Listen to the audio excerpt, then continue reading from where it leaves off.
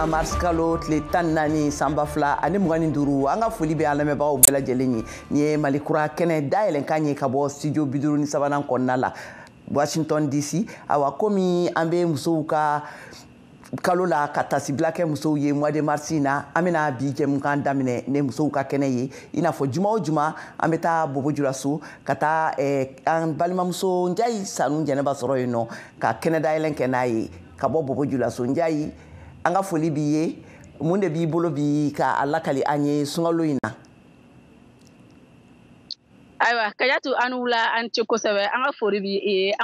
an lamɛnnikɛbaga kelen kelen bɛɛ cɛ ani muso denmisɛn ani makɔrɔba bi anw yɛrɛ wɔmi faga ɲɛfɛ ka bɔ k'a fɔ an ɲɛna ko wɔmi yiran degi o le bɛ bi gwaati lɔn ka ban anw y'an ɲasi bi wɔmi yiran degi cogo ma i k'a lɔn ko ni sunkalo kalo sera anw bɛ jisumaw kɛ fan bɛɛ fɛ an bɛ bagaw kɛ muguju bɛ kɛ lemuruju bɛ kɛ tomuju bɛ kɛ wa an tɛ ɲina wɔmi fana kɔ k'a fɔ ɲɛna ko wɔmi ye fɛn min a bɛ ni jɔyɔrɔ belebele ye anw fɛ i n'a ye ko ni sunkalo sera yɔrɔ la wɔmi yiranbagaw o bɛ buguya kosɛbɛ kin kelen kɔnɔ i bɛ taa sɔrɔ wɔmi yirala kelen fila bɛ yanni wula fɛ bɛɛ ka wɔmi bɛ san ka ban o b'a yira an na k'a fɔ ko wɔmi bɛ dumu a ɲɛ ma n'i y'i don gaso kelen kelen bɛɛ la i bɛ taa sɔrɔ wɔmi bɛ sun lakari yɔrɔ la n'i y'i ta gɛrɛndaw fɛ minnu bɛ fara ɲɔgɔn kan ka sun lakari i bɛ taa sɔrɔ fana wɔmi tɛ fɔn u ka sun lakari minɛnw cɛ ma ayiwa nin yɔrɔnin de ye anw kun ci dɔɔnin anw y'a ɲɛɲini k'a lɔn wɔmi ye mun fɛn de ye a bɛ labɛn cogo di barika jumɛn bɛ sɔrɔ a kɔnɔna na sani an ka jaabini sɔrɔ ninnu ɲininkali na an y'an gun fila ni fila dɔw ra Sanata ni Nafi olu minnu wɔmi yirala ɲara dɔw ye Bobo Julaso ka taa ɲɔ ko yɔrɔ la ka taa bila wɔmi yiran yɔrɔ la ka tɛmɛ mugu sin yɔrɔ ale ni a fasa yɔrɔ la an bɛ yelen suru o kan an ka nin masala nin kɔnɔ k'o di aw ma.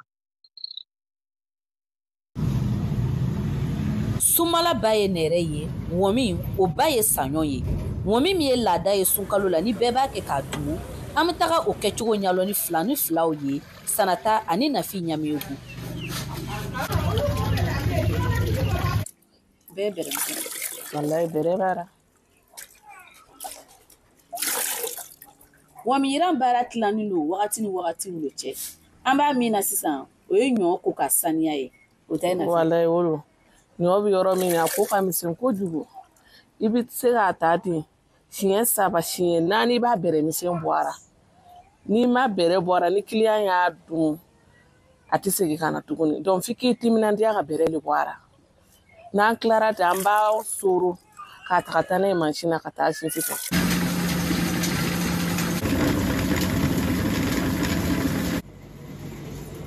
mugu sɔrɔra a bɛ ɲagamu ni malobaga min ye o fana mɔna N'ale ye wɔmi baara gwɛlɛma yɔrɔ bɛɛ ye ni baga kɛra ka ban mugu bɛ don baga ra k'a fasa Sanata Ɲamiyegu bɛ dɔ fɔ a ye o fana kan. Malobaga le ne ten an bɛ mugu don a ra n'an ye mugu don malobaga na ji tɛ kɛ malobaga na n'an ye mugu don an b'a fasa k'a fasa fo ka taa nugu k'a kɛ kuma ji de donna a ra ka to an ma ji don a ra ni ji donna wɔmi de bɛ tiɲɛ n'a kurukula n'an ma fasa fana an bɛ teliya ka to ka fasa sinon n'a kurukula wɔmi nin yiran yɔrɔ la a bɛ lala a tɛ ɲɛ a bɛ yɛrɛkɛ. Yala nin baara in a b'aw sɛgɛn dɛ. A b'an sɛgɛn kojugu n'i lara suba i tugudaw bɛɛ bɛ dimi dimi i fariw bɛɛ bɛ dimi dimi.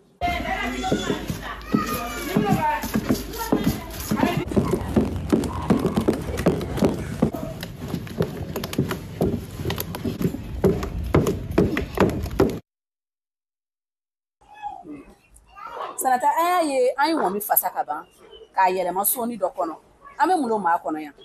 Nin yɔrɔ la an b'a kɔnɔ k'a don so na k'a datugu ɲanama pour que a ka funteni n'a funtenna a bɛ funu an b'a yiran. sisan kurun sera cɛncɛn ma wɔmi yiran bɛ sera a kerekete ra An ka wɔmi sunura ka ban wagati 2 tɛmɛnen an filɛ nin ye an b'a yiran na Nafisa farasi jumɛn de bɛ ɲa yɔrɔ la. A farasi f'i ka to k'i jantɔra ka to k'a filɛ ka to k'i ɲɛnaminimini ka to k'a filɛ hali mɔgɔ yɛrɛ y'i fo tant k'i fɛ ka to ka foni laminɛ sinon n'i kulon k'a fankelen bɛ sisi ka fankelen to yen. wɔmi bɛ yɛlɛma le fo ka taga wuli o y'a mɔni ye. Ibrahim Sawadugu an ka sannikɛla fɔlɔ. Don o don n'an ma wɔmi ɲini a kɛra komi a ma sɔn dɔn ni wɔmi de b'an nimisi wasa an b'a kɛ ka sun kari suguni dutuma fana n'an ye suguni dumu an b'a kɛ ka accompagner. Fitiri donna sun lakari sera nin ye Jaradugu yiri lɔgɔ ye. Sun lakari ye an sɔrɔ lɔgɔba gɛrɛfɛ ni y'an sosori ni ye gɛrɛnda dɔra i n'a fɔ ɲayɔrɔ n'a ɲɔgɔnna si caman bobo julaso ŋɔmi ti fɔn sun kari yɔrɔ la ni ye an yɛrɛ suntigɛtɔla ye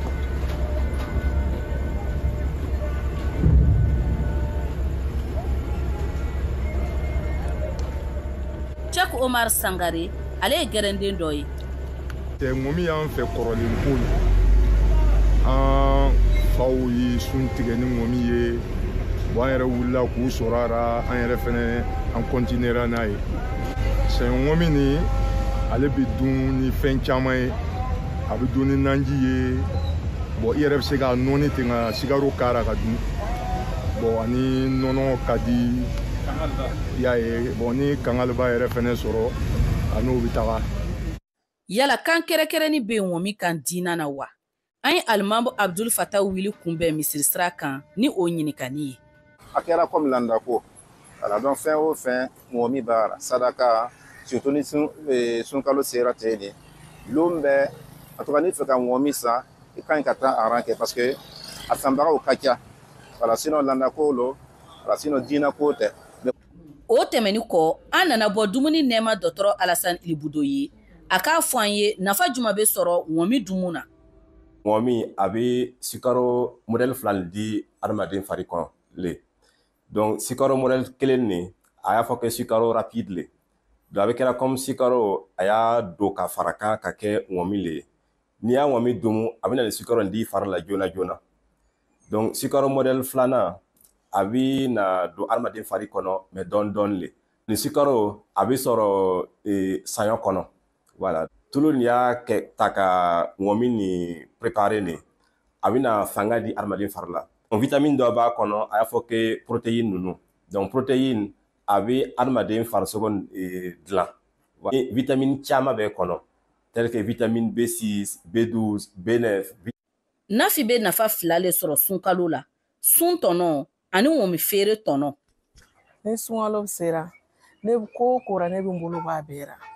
ne bɛ n jija n ka ŋɔmi jirani le ma a bɛ nafaba le di ne ma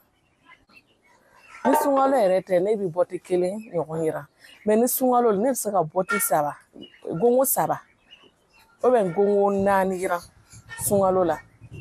des fois ne bɛ se ka 16,000 sɔrɔ n bɛ se ka 20,000 yɛrɛ sɔrɔ ni lɔgɔ diya ŋɔmi marako ɲuman bɛ lon kuntagajan kɛ mɔgɔ kun ka tila ka dumun siga taara Dr Ilibudo ka seere ɲɔgɔnya na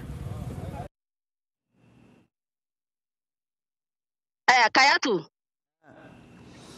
Njai an ka bi muso kɛnɛ kɛra sababu ye an ye ŋɔmi yiran cogo ɲuman lɔn ne ka hakilina t'a la aw fana ye kalani dɔ tɔmɔ a kɔnɔna na k'a lɔn ayiwa ŋɔmi ka di mɔgɔw ye gansan tɛ ŋɔmi yiranbagaw o bɛ baara da sunkalo kɔnɔ nin na ayiwa a y'a ye ŋɔmi ka di mɔgɔw ye a bɛ dumuni nɔnɔ ye a ka di ni naji ye a bɛ dumuni baga ye awa ani kafe fana bɛ taa an b'a dumu siga foyi tara bari nafa belebele lo baara ni an y'a ta an ka dumuni dɔtɔrɔw fɛ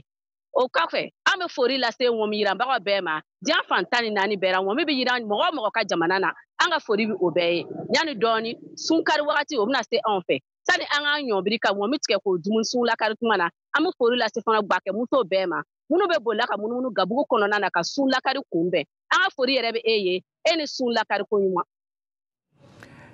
nin tun ye Njai Sanungi ka kumakanw ye Njai bita ma nɔgɔya dɛ ŋɔmi yiran min filɛ aw kɛrɛfɛ nin ye a ko tɛ nɔgɔya dɛ anw bɛ sun na yan nɔ awa k'a fɔ an lamɛnbagaw bɛɛ lajɛlen ye nin tun ye an ka muso cɛsirilen Njai Sanungi ale tun bɛ kuma la an ye bi ŋɔmi yiran cogoyaw de kan ka bɛn ni sunkalo nin ye an ka foli bi ye Njai sisan halisa an bɛ to Burkina jamana kan a yirala k'a fɔ ko bi sɔgɔmada in na Wagadugu u ka premier ministre na ale tɔgɔ ko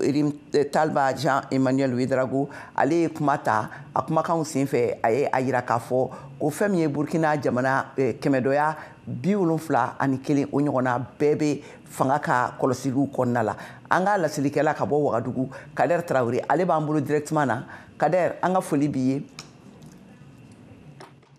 Amuna Kayatu Traoré amuna bɛɛ b'a lamɛnnikɛlaw bɛɛ ani a yelikɛlaw bɛɛ a yirala k'a fɔ ko premier ministre bɔra ka kumakanw kɛ bi a ye sarankani dɔw kɛ kuma ɲɛnama dɔw bɔra a ka kumakanw na mun bɛ se ka to mɔgɔw hakili la a ka kumakanw kan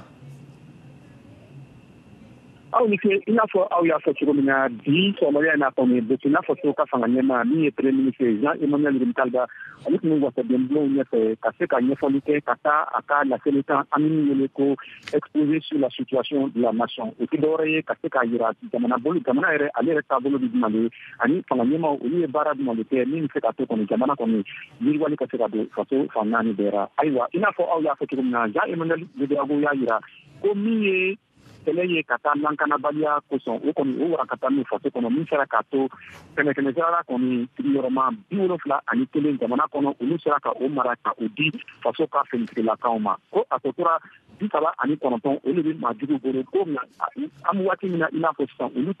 ye kɛlɛ warankata yaasa ka se ka o sigiyɔrɔma 39 minnu minɛ ka di fanga ɲɛmaaw ma min sera to fasodenw kɔni taganisigi u ka se ka nɔgɔya ani maa min ye u ka sigidaw bila ka taa u yɛrɛ sɔrɔ fan wɛrɛ la u ka se ka se ka taa u ka sigidaw ra o kɔfɛ min ye Jean-Emmanuel Rimtalba Ouédraogo ale y'a jira ko min ye yiriwali ye min ye nafolo sɔrɔko ye faso kɔnɔ an min wele ko taux de croissance ko o yɔrɔ la ko kɛmɛ sarara 5 ani tɔrɔmɔ 1 kɔni o sera ka yiriwa faso kɔnɔ nin san in na kamasɔrɔ san tɛmɛnen tɔrɔmɔ nkɔrɔma 7 ni tɔrɔmɔ 6 olu tun bɛ fasodenw bolo min ye yiriwali ye o kɔfɛ fana Jean-Emmanuel Rimtalba y'a jira ko min ye ka se k'a fɔ ko ka dumunifɛnw sɔrɔ min ye sɛnɛ fan ye ko o kɔni o sera k'a to min ye hectare 48 ye ko olu sera ka sɛnɛ gansan ka di sɛnɛkɛlaw ma ɲinan san na o sababu kɛ min ye ko faso ka fanga ɲɛmaaw ani u ka jamanakuntigi min ye Capitaine Ibrahim Traoré ale sera ka sɛnɛkɛ mansinw san ka di sɛnɛkɛlaw ma u ka se ka sɛnɛ kɛ sɛnɛkɛlaw ye gansan ayiwa o kɛra sababu ye ka se k'a to tɔni ɲɔgɔnna 6 miliyɔn u sera ka sɛnɛ ka taa kaba ɲɔ ani dumuni o senkɔrɔ kamasɔrɔ salon min tun ye san 2023 ye tɔni miliyɔn 5 olu tun sera ka sɛnɛ ayiwa jamanakuntigi min ye Jean-Emmanuel Rimtalba ale y'a jira kɔni ko o t'a banni ye ko min ye ka se ka lezeniw yɛlɛ Burkina Faso o ko kɔni o sabatili kosɛbɛ sabula a b'a lɔn ko an bɛ waati min na i n'a fɔ sisan min ye tomati lezeni ye o sera ka yɛlɛ anw fɛ yan kɛrɛnkɛrɛnnenya la Bobo Dioulasso dugu kɔnɔ ko min ye nɔnɔ o lezeni fana sera ka yɛlɛ ani ko da dumunifɛn caman ɲɔgɔn fana lezeni kan ka yɛlɛ a fɔ ka taa se sɛgɛnw ka da dumunifɛn sɔrɔ ma ani min ye dugukɔrɔ nafolo ye olu fana kɔni o sabatili kosɛbɛ jamana kɔnɔ. Ayiwa an ka foli b'i ye Kader Traoré a fɔ an lamɛnbagaw ɲɛna nin tun ye Kader Traoré an ka lasirikɛla min bɛ Wagadugu ale tun bɛ kan ka kuma Burkina premier ministre bɔra ka sarankani minnu kɛ u ka jamana taabolow kan o ye kumabaw de ɲɛfɔ an ɲɛna ka foli lase a ma ka tɛmɛ n'an ka kunnafoniw ye an bɛ taa Bamakɔ Mori Sumano n'ale ye Mali kunnafoni cɛmɔgɔba ye fatura ka si to san 73 la Modibo Dambele ale ye ɲininkali tɛnkunnen kɛ Ibrahima Jɔnkolonin na seko ani dɔnko baarakɛla don ka bɔ Bamakɔ an ka u ka masala lamɛn. Mori Sumano jeli don Mori Sumano ye mɔgɔ min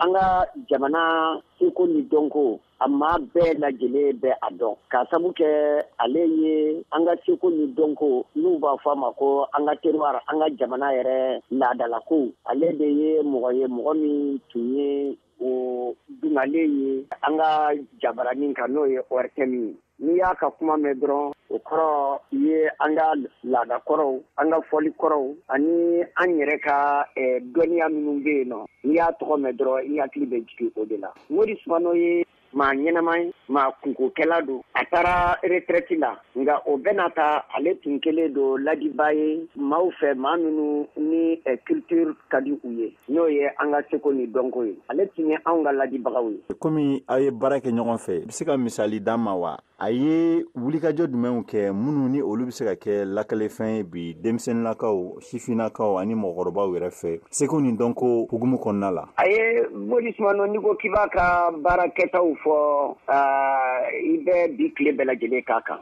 Mori Sumano ne y'a dɔn n talen Radio Mali la n y'a ye fɛn min ka d'ale ye n'o ye an ka laada n'an ka seko ni dɔnko ye ne gɛrɛla la ne tun y'a ka kalanden ye ni a tun tɛ se ka taa reportagew kɛ burusi kɔnɔna yɔrɔ minnu na a tun bɛ ne bila ka taa yen nɔ la n'a tun b'a dɔn k'a fɔ fɛn minnu bɛ yen nɔ sufɛ parce que maakɔrɔba tun don a tun bɛ ne bila ka taa o la donc a ka terroir émission ne ye caman baara kɛ o kɔnɔna na ka reportage kɛ o kɔnɔ hali depuis Maurice Mano tale kɔfɛ retraite la anw bɛ festival des cultures traditionnelles minnu kɛ an fɛ yan nɔ ale de tun ye mɔgɔ ye mɔgɔ min bɛ wuli ka na fo radio la ka na an conseiller ale de ka hakilina dira ma walasa an bɛ se ka nin baara ninnu bɛɛ lajɛlen kɛ donc Maurice Mano tun ye an ka kalanso de di an ka bibliothèque de tun don n'an mago jɔra fɛn min na seko ni dɔnko la a tun b'o lase an ma a ka seko ni dɔnko tun tɛ fɔliw ye dɔrɔn ye hali dugutigi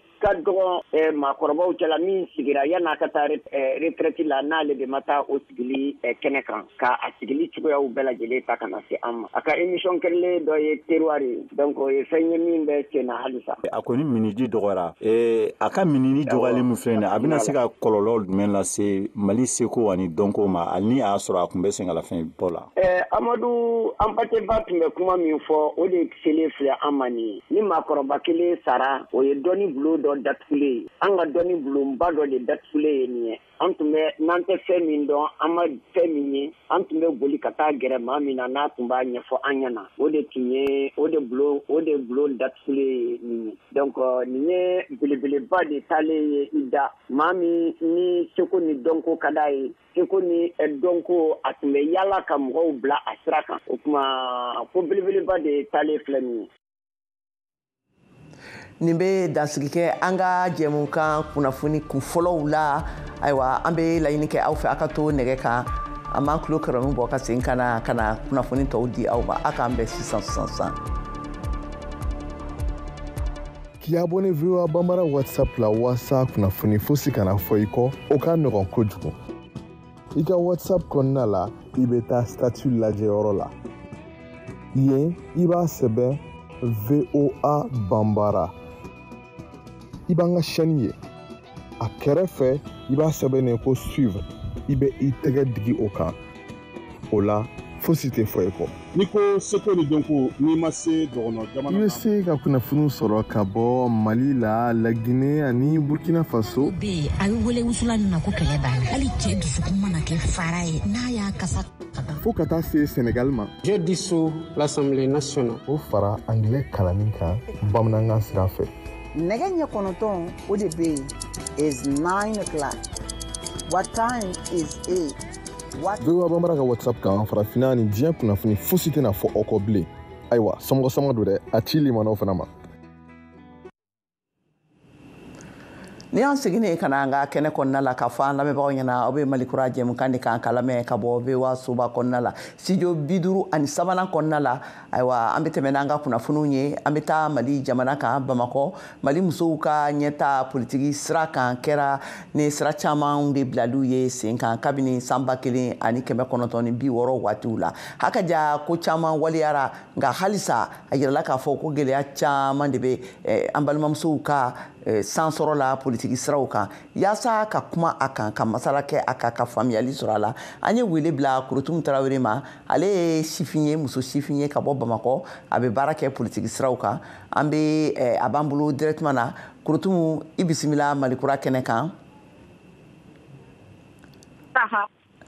ayiwa an ka foli b'i ye i y'an ka wele jaabi awa ɲininkali fɔlɔ o bɛna latɛmɛ min na an ye kɔlɔsili kɛ k'a fɔ Mali CNT kɔnɔ n'o ye Conseil national de transition n'o de kɛlen bɛ ka wasabulon nɔrɔ bila nin waati in na ayiwa député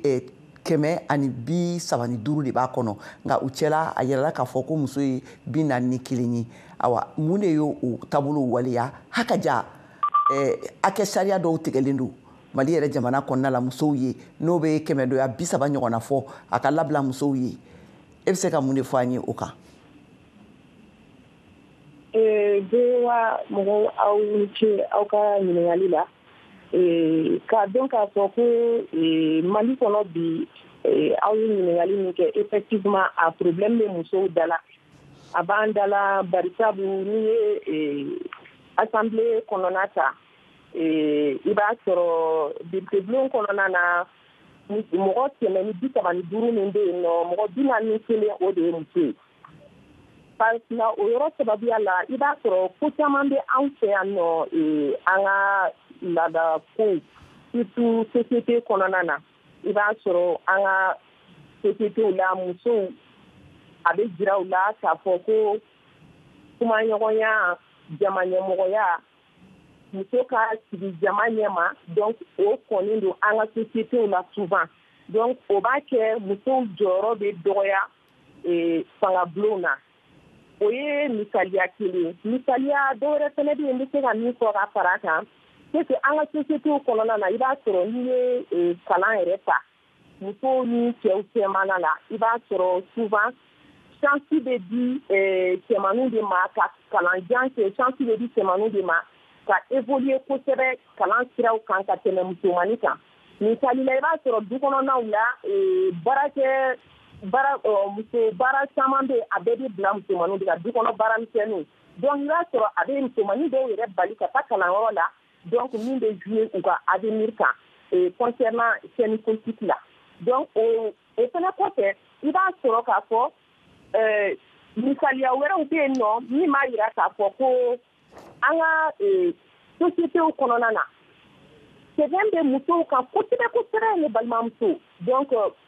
fantanya ani degun ani sɛgɛn a bɛ musow kan kosɛbɛ kosɛbɛ an ka sociétéw kɔnɔna na an ka jabalaw la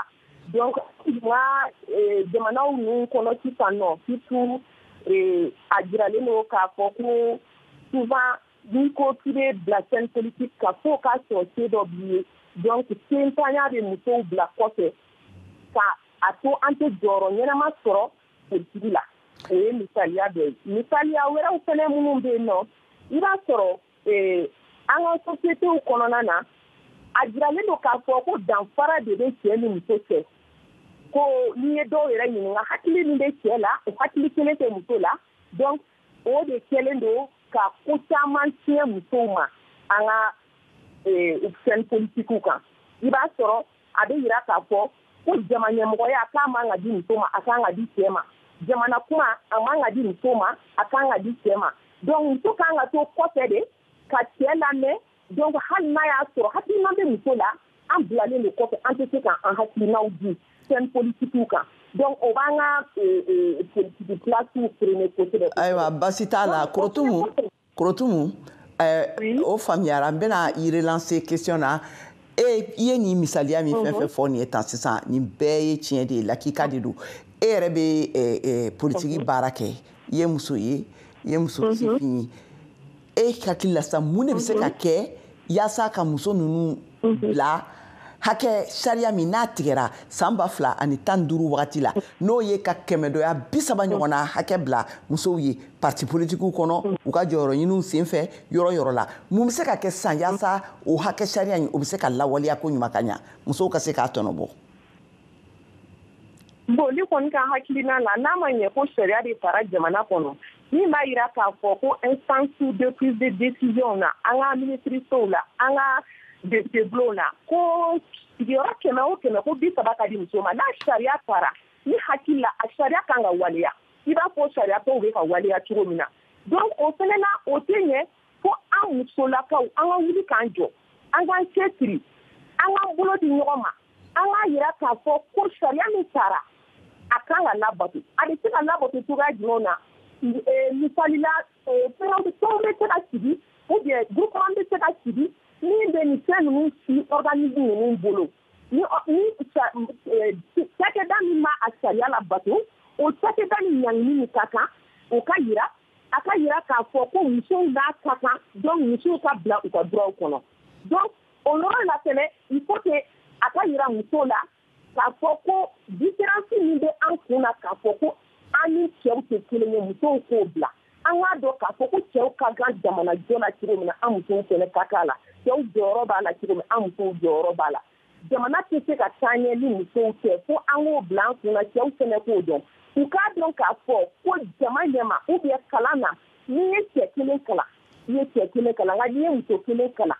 i ye du de kalan i ye quartier de kalan i ye jamana de kalan donc fo o ka bila hakiliw la mais musow k'u bolo di ɲɔgɔn ma musow ka da ɲɔgɔn na an ka da ɲɔgɔn na an k'a fɔ faamaw ye comme quoi loi min taara n'an kan ka bila a droit kɔnɔna na an k'a ɲini an kana segin a ɲinini na an k'a dɔn k'a fɔ ko an fɛnɛ jɔyɔrɔba de bɛ jamana in ɲɛtaga la don nataw la jamana siniɲɛsigi an jɔyɔrɔba de b'a la. ayiwa i da maga komi muso sungurudenninw ka k'u bila baara la ka u bɔ sisan u ka kalan siraw kan ka a to u bɛ kalan abandonné u tɛ se ka ɲɛta sɔrɔ o sababu la a yirala fɛnɛ k'a fɔ kɔlɔsili y'a yira k'a fɔ ko denba caman de fɛnɛ b'a a den sama k'a bɔ l'école la ka u di furu la u mana se hakɛ dɔ la k'u ka furu ko sabula ko musomanninw don k'u bɛ siran k'u kana taa kɔnɔ ta o taabolo waleya minnu filɛ nin ye aw minnu ye sifinw ye sisan n'a bɛ fɔ aw ma sisan ko nouvelle génération mun bɛ se ka kɛ sisan ka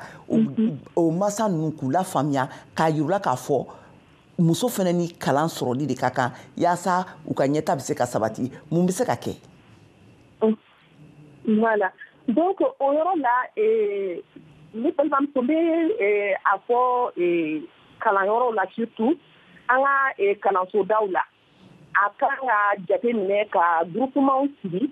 mun bɛ occuper musomaninw ka kalanko la i b'a sɔrɔ sisan an ka école caman na fɔlɔ APE de tun bɛ yen nɔ association des parents d'élèves i b'a sɔrɔ cɛw dɔrɔn de tun bɛ yen mais sisan ANUE fɛnɛ bɛ yen nɔ donc musow fɛnɛ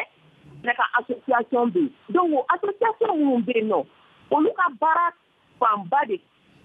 ka baaraw sensibiliser musomaninw ka kalanko kan u ka baara fanba ka a yira k'a fɔ ko wagati min na sisan ko mɔgɔ si de man ka taga i b'a bɔ ka don furu la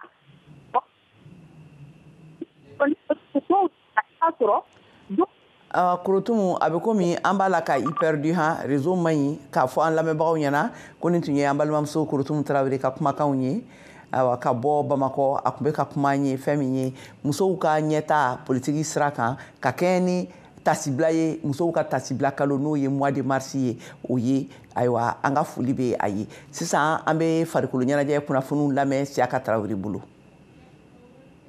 Denmisɛnnin sera ntolantan kunda farafinnagun kan Coupe d'Afrique des Nations KD o ye farafinna cɛmanninw ye minnu si ma tɛmɛ san 17 kan o ɲina san 2025 ɲɔgɔndan belebele bɛ tan Marɔkokaw fɛ yen ka daminɛ marisi kalo tile 30 nata ka kuncɛ avril kalo nata tile 19 san 2025 in na Mali bɛ ye a kɛnɛ kan Mali ka kulu o ye groupe D ye Mali forobatɔn degeli karamɔgɔ Adama Jɛfila Jalo ka cɛdenw bɛ don tulo na avril kalo nata tile fɔlɔ Angola ɲɛkɔrɔ Mali ka boko filana bɛ tan Centrafrique ɲɛkɔrɔ avril kalo nata tile 4 Mali ka poule boko sabana ana laban bɛ tan avril kalo nata tile 7 Côte d'Ivoire ɲɛkɔrɔ kabini juma tɛmɛnen Mali senatolantana denmisɛnw bɛ internat na Kabala yanni tarata nata mars kalo tile 18 cɛ ka Tunisie sira ta ye Mali denmisɛnw bɛ labɛnw tɔw sabati ka sɔrɔ ka Maroc sira ta mars kalo tile 17 nata Mali forobatɔn degeli karamɔgɔ Adama Jɛfila Jalo ka fɔ la cɛsiri de bɛna bolo da Mali fan fɛ walasa ka se ka ye jamana fɔlɔw cɛma ka nirɔ ta Coupe du Monde nata kɛnɛ kan denmisɛnnin kunda ka fara o kan sini sibiri mars kalo tile 15 san 2025 in na Mali forobatɔn degeli karamɔgɔ cɛ kɔrɔbalen kunda Tom Saint-Fit bɛna sɛdantolantanaw tɔgɔw fɔ minnu bɛna o nirɔ ta Mali tɔgɔ la Coupe du Monde 2026 éliminatoire ɲɛbila ɲɔgɔndanw tile 5 ani tile 6 kɛnɛw kan tile 5 kɛnɛ kan alamisa nata mars kalo tile 20 Comore bɛ Mali bisimila o ɲɔgɔndan bɛ daminɛ ni nɛgɛ ɲɛ 21 tɛna gosira Mali heure la tile 4 o kɔfɛ ntɛnɛn mars kalo tile 24 san 2025 in na Centrafrique bɛ Mali bisimila o ɲɔgɔndan bɛ daminɛ ni nɛgɛ 16 tɛna gosira Mali heure la ɲɔgɔndan ninnu fila bɛɛ bɛ tan Marɔkokaw fɛ yen VOA Bambara tɔgɔ la Bamakɔ Siyaka Tarawele kalasili don. Ayiwa sisan nin bɛna dansigi kɛ an ka kunnafoniw na ka dɔgɔkun yɛrɛ kuncɛ yɛrɛ kunnafoniw ye k'a fɔ aw ɲɛna k'aw sɔgɔlen to an ka kunnafoni siraw la yarabi nin tun ye Malikura kɛnɛ kun ye ayiwa bi juma in na awa an bɛ k'an bɛɛ d'aw ye a k'an bɛn ntɛnɛn nata la Mariam Tarawele a b'a sɔrɔ Malikura kɛnɛ kan san'o cɛ bi wulada in na fitirimagɛn na Mohamed Ture ale bɛna an b'a fɔ kɛnɛ sigi ka kuma halisa fɛn min ye salenkow ye olu kan a k'an bɛn waati wɛrɛ.